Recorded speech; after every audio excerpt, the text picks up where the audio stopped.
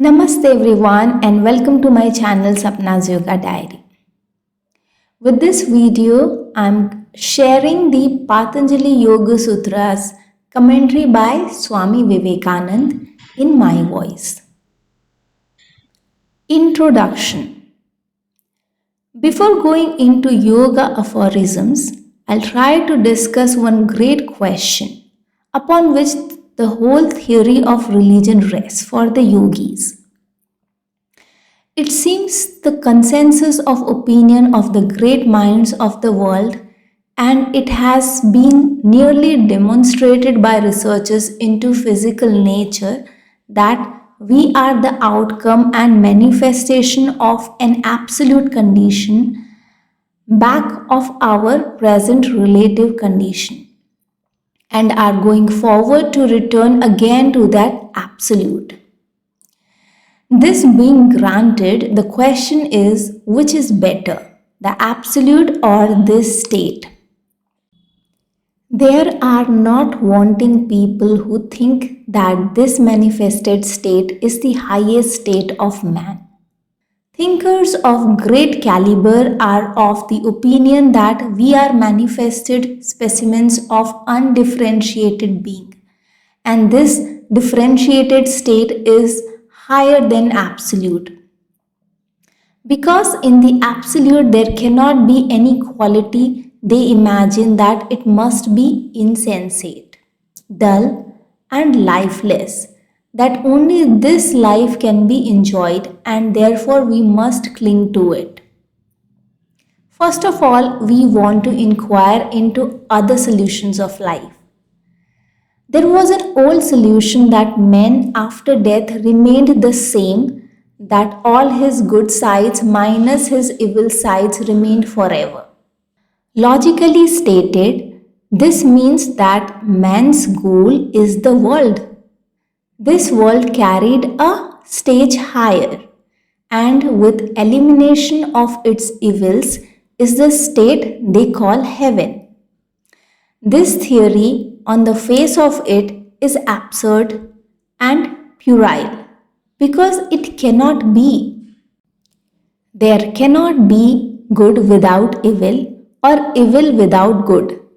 To live in a world where all is good and no evil is what Sanskrit logicians call a dream in the air. Another theory in modern times has been presented by several schools, that man's destiny is to go on always improving, always struggling towards and never reaching the goal. This statement, though apparently very nice, is also absurd because there is no such thing as motion in a straight line. Every motion is in a circle. If you could take up a stone and project it into space and then live long enough, that stone would come back exactly to your hand. A straight line infinitely projected must end in a circle. Therefore, this idea that the destiny of the man is progression ever forward and never stopping is absurd. Although extraneous to the subject, I may remark that this idea explains the ethical theory that you must not hate and must love, because just as in the case of electricity or any other force, the modern theory is that the power leaves the dynamo and completes the circle back to the dynamo. So, with all forces in nature, they must come back to the source.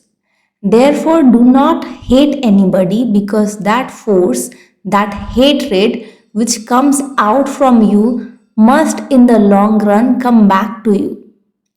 If you love, that love will come back to you, completing the circuit. It is as certain as can be that every bit of hatred that goes out of the heart of man comes back to him full force. Nothing can stop it, and every impulse of love comes back to him. On other ground and practical grounds, we see that the theory of eternal progression is untenable. For destruction is the goal of everything earthly. All our struggles and hopes and fears and joys, what will they lead to? We will all end in death. Nothing is so certain as this. Where then is this motion in a straight line? This infinite progression. It is only going to a distance and again coming back to the center from which it started. See how from nebula the sun, moon, stars are produced. Then they dissolve and go back to nebula. The same is being done everywhere. The plant takes material from the earth, dissolves, and gives it back. Every form in this world is taken out of corresponding atoms and goes back to those atoms. It cannot be that the same law acts differently in different places. Law is uniform. Nothing is more certain than that. If this is the law of nature, so it is with thought. It will dissolve and come back to its origin. Whether we will it or not, we shall have to return to the origin, which is called God or Absolute. We all came from God and we are all bound to go to God. Call that God by any name you like. Call him God or Absolute or Nature or by any 100 names you like. The fact remains the same. From whom all this universe comes out, in whom all that is born lives, and to whom all returns. This is one fact that is certain. Nature works on the same plan. What is being worked out in one sphere is being worked out in millions of spheres. What you see with the planets, the same will it be with this earth, with men, and with the stars. The huge wave is a mighty compound of small waves. It may be of millions. The life of the whole world is a compound of millions of little lives, and the death of whole world is the compound of the deaths of those millions of little beings. Now the question arises, is going back to God the higher state or is it not? The philosophers of the yoga school answer emphatically that it is. They say that man's present state is a degeneration, that there is no one religion on the face of the earth which says that man is an improvement. The idea as that his beginning is perfect and pure, that he degenerates until he cannot degenerate further, and that there must come a time when he shoots upward again to complete the circle. The circle must be there. However low he goes, he must ultimately take the upward bend again and go back to the original source, which is God. Man comes from God in the beginning, in the middle he becomes man, and in the end goes back to God. This is the method of putting it in the dualistic form. In the monistic form, you say that man is God and goes back to him again. If our present state is the higher one, then why is there so much horror and misery? And why is there an end to it?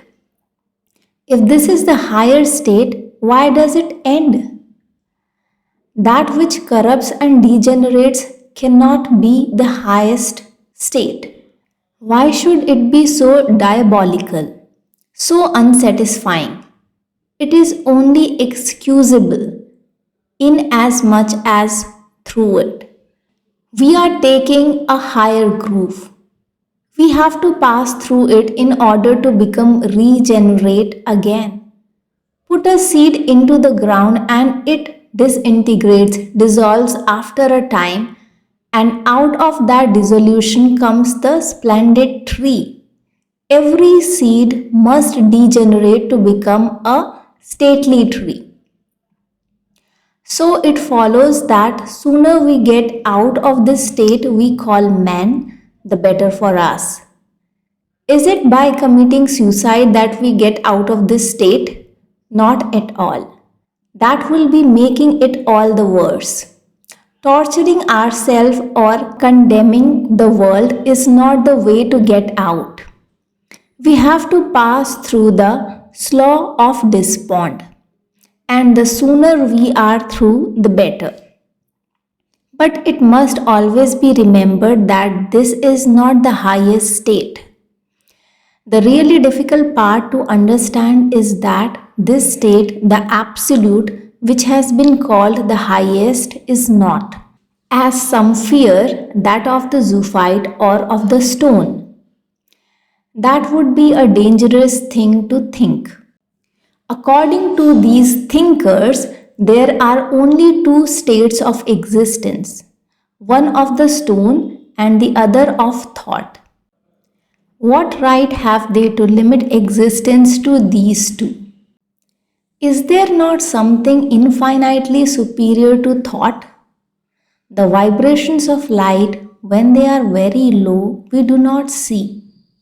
When they become a little more intense, they become light to us. When they become still more intense, we do not see them. It is dark to us. Is the darkness in the end the same as in the beginning? Certainly not. It is the difference of the two poles. Is the thoughtlessness of the stone the same as the thoughtlessness of God? Certainly not. God does not think. He does not reason. Why should he? Is anything unknown to him that he should reason? The stone cannot reason. God does not. Such is the difference. These philosophers think it is awful if we go beyond thought. They find nothing beyond thought. There are much higher states of existence beyond reasoning. It is really beyond intellect that the first stage of religious life is to be found. When you step beyond thought and intellect and all reasoning, then you have made the first step towards God. And that is the beginning of life. This that is commonly called life is but an embryo state. The next question will be, what proof is there that this state beyond thought and reasoning is the highest state?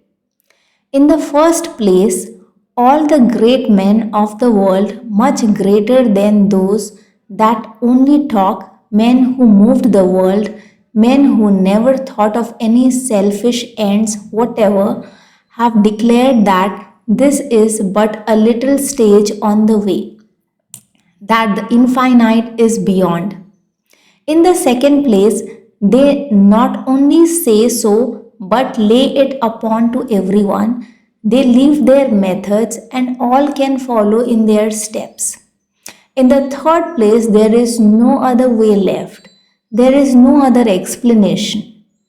Taking for granted that there is no higher state, why are we going through this circle all the time?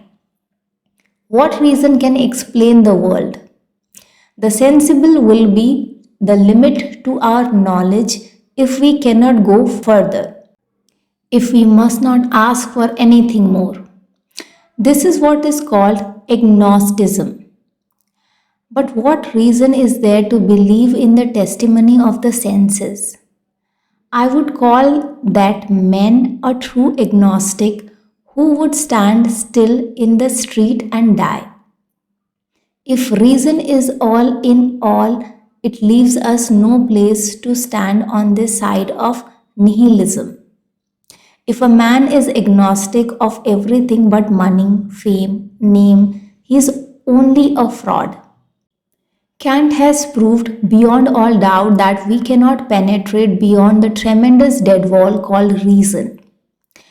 But that is the very first idea upon which all Indian thought takes its stand and dares to seek and succeeds in finding something higher than reason, where alone the explanation of the present state is to be found. This is the value of the study of something that will take us beyond the world. Thou art our Father, and wilt take us to the other shore of this ocean of ignorance. That is the science of religion, nothing else can be.